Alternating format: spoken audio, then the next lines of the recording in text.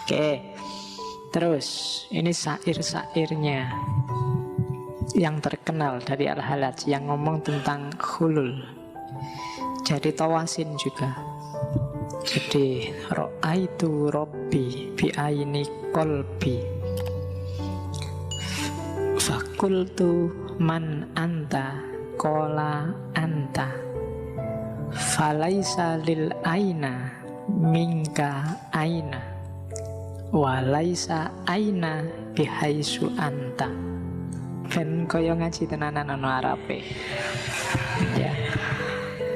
Jadi ra'aitu rabbi, aku melihat Tuhanku bi'aini qalbi, dengan mata batinku. Terus aku ketemu Tuhan, fakultu man anta, loh siapa kamu? Tapi dia jawab, kola anta, loh aku yuk kamu.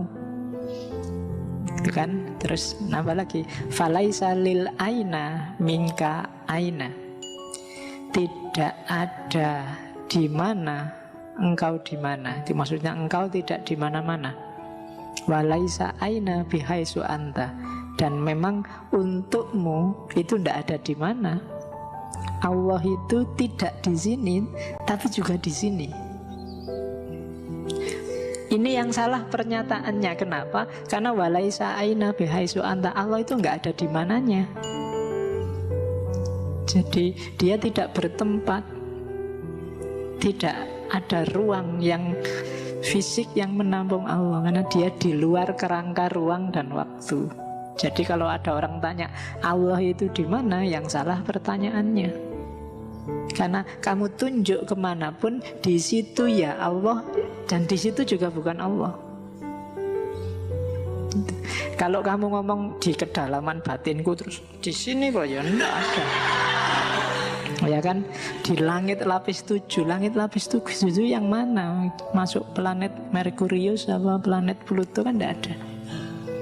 Jadi memang bukan aina, enggak ada di mananya. Jadi ra'aitu rabbi bi aini qalbi. Jadi aku melihat Allah itu tidak dengan mata ini. Untuk di mana itu kan pakai mata ini, tapi pakai mata batin. Mata batin itu nggak ada di mananya loh. Pacarmu ada di luar negeri, bisa hadir di sini. Sudah mati, sudah nggak ada fisiknya pun dia bisa hadir tiap hari di sini. Itu nggak ada ainanya, sudah nggak ada di mananya. Dia sudah di mana-mana. Kamu melihat kemana pun ada dia.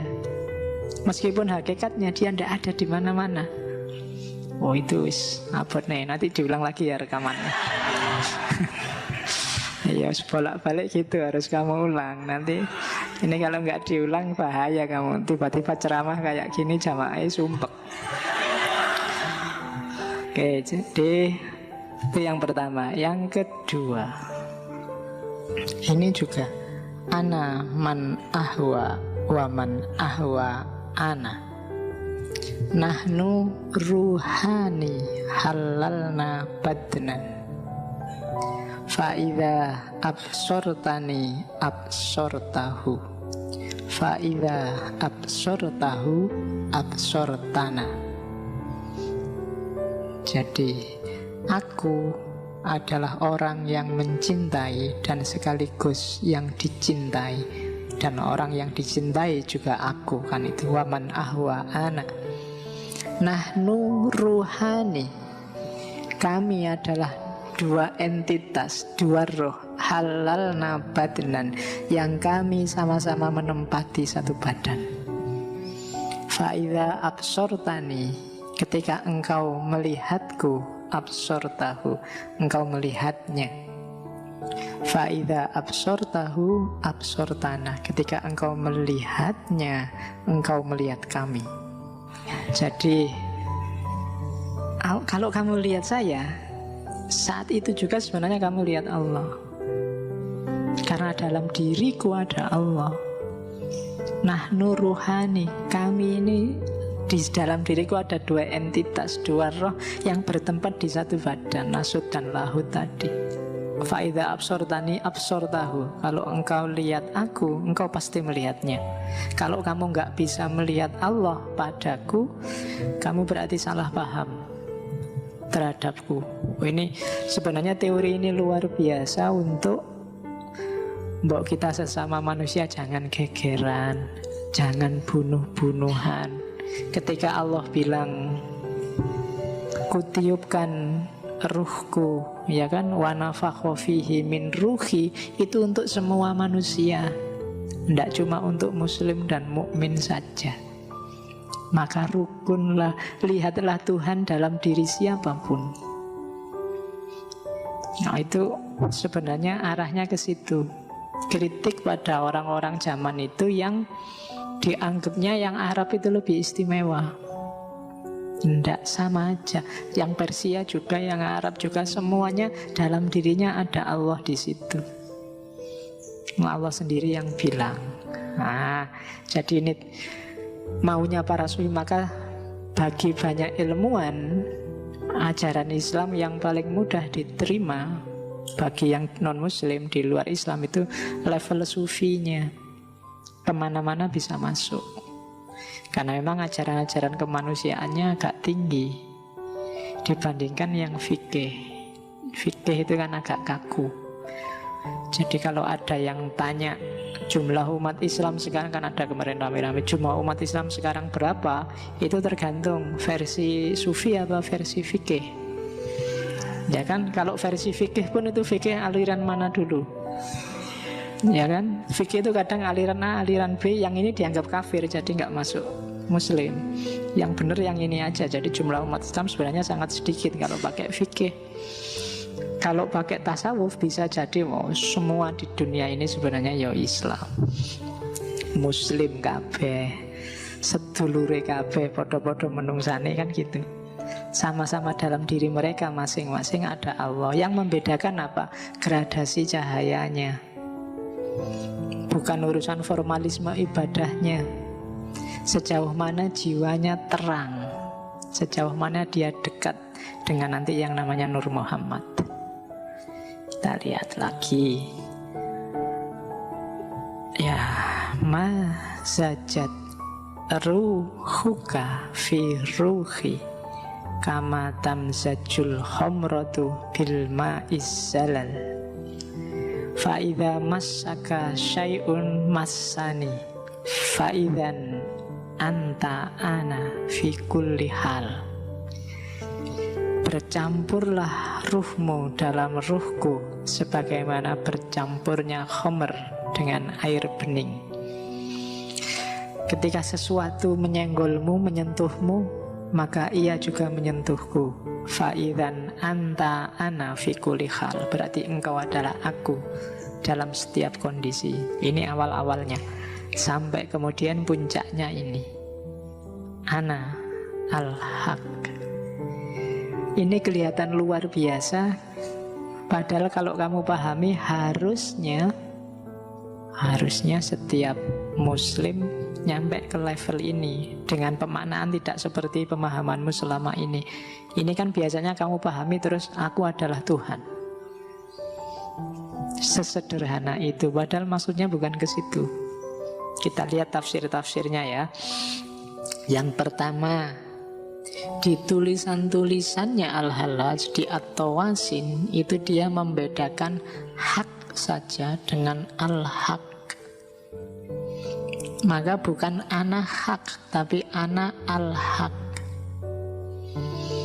Jadi kalau al-haq itu sama kayak lahut yang ada dalam diri manusia tadi. Itu kayak, kalau itu kebenaran kecil. Makanya di situ di narasinya tak tulis pakai huruf kecil biar kamu nggak salah paham. Jadi kalau al-haq itu manifestasi dari kebenaran besar dalam kebenaran kecil yang kontekstual.